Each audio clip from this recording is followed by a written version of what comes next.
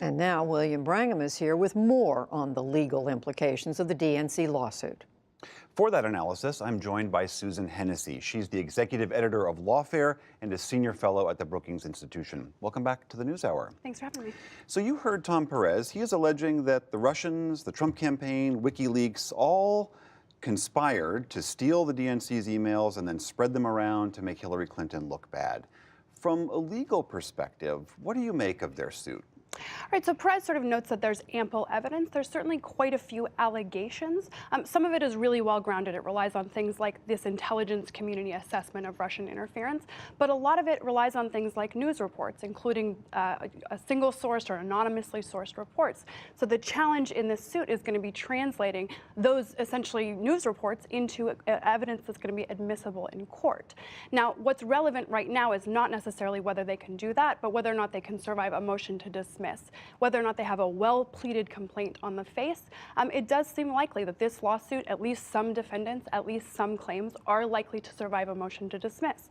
This is most relevant because it means that they'll move on to the discovery phase. That might end up becoming a really, really powerful tool for the DNC to actually unearth new information. So the tricky part for their case, it seems to be that while there might be discrete evidence of the WikiLeaks release, the DNC being hacked, some members of the Trump organization indicating that they would like to get dirt on Hillary Clinton, they have to tie all of those things together as a connected conspiracy, right? Right. So what they are alleging is this broad conspiracy. They are alleging that there was an actual agreement between Russian actors, the Trump campaign, and their associates to hack the DNC, and an agreement to distribute stolen materials in order to help Donald Trump and harm Hillary Clinton. That's a very, very high bar. That certainly is ahead of the public record that we've seen thus far. So that's going to be a difficult showing for them to make in court. That said, there is another case going on in the District of D.C. on a different theory, actually an invasion of privacy theory. There's going to be a hearing on their motion to dismiss just on Monday. So we do have another case that's going to provide a little bit of a roadmap as to whether or not these legal claims are going to be sufficient. There's also, of course, the elephant in the room is the Mueller investigation, which is undergoing constantly right now. What does this do vis-a-vis the Mueller investigation? Because theoretically, the DNC suit touches on some of the same people, some of the same evidence, some of the same events. Is this a conflict? Can they go on at the same time? Help me understand that. So I think that they are fundamentally unrelated. We don't know very much about the Mueller investigation, but it doesn't appear to be particularly reactive to things like this. The DNC suit both relies on the Mueller investigation because it uses some evidence that actually comes from those court filings. It also gets quite a bit ahead, right? It is alleging this actual conspiracy, but we haven't seen Mueller make that showing. It does involve, they are related to the extent that they're talking about the same events and the same people. And so I think there's a way to think about it as a kind of alternative. We don't know how the Mueller investigation is going to end.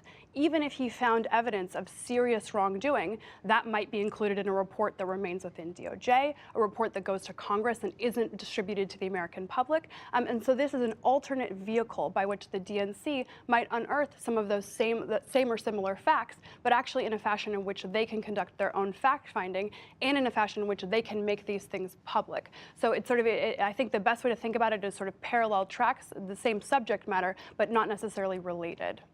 This, of course, also comes when the president is juggling so many other legal cases. There's the Mueller case, there's the Stormy Daniels case, there's the Michael Cohen case, there's the emoluments lawsuits. I mean, this is an enormous amount for a White House and a Trump organization's legal team to be juggling. Right. It's also only a year and a half into his term.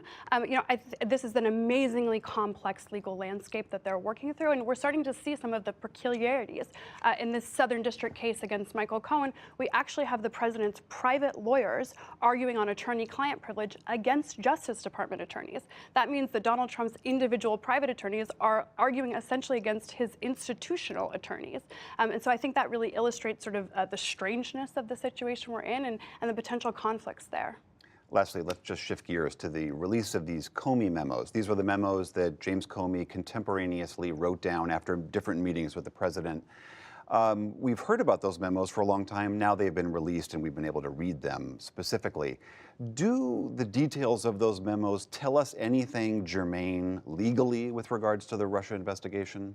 So they don't really offer much new information, sort of whenever we consider what Comey's already said in his book and actually in his congressional testimony as well. So I don't know that it advances the ball forward legally at all. That said, it certainly does corroborate Comey's account. It goes to sort of his credibility, and it sort of knocks down this notion of Comey as a disgruntled employee that is recounting these events sort of in a way that's unfavorable to Trump after the fact.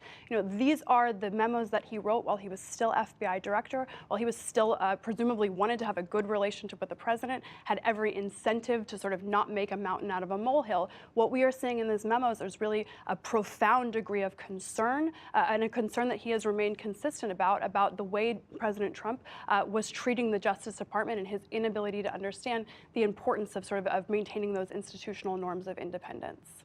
Susan Hennessy, thank you so much. Thank you.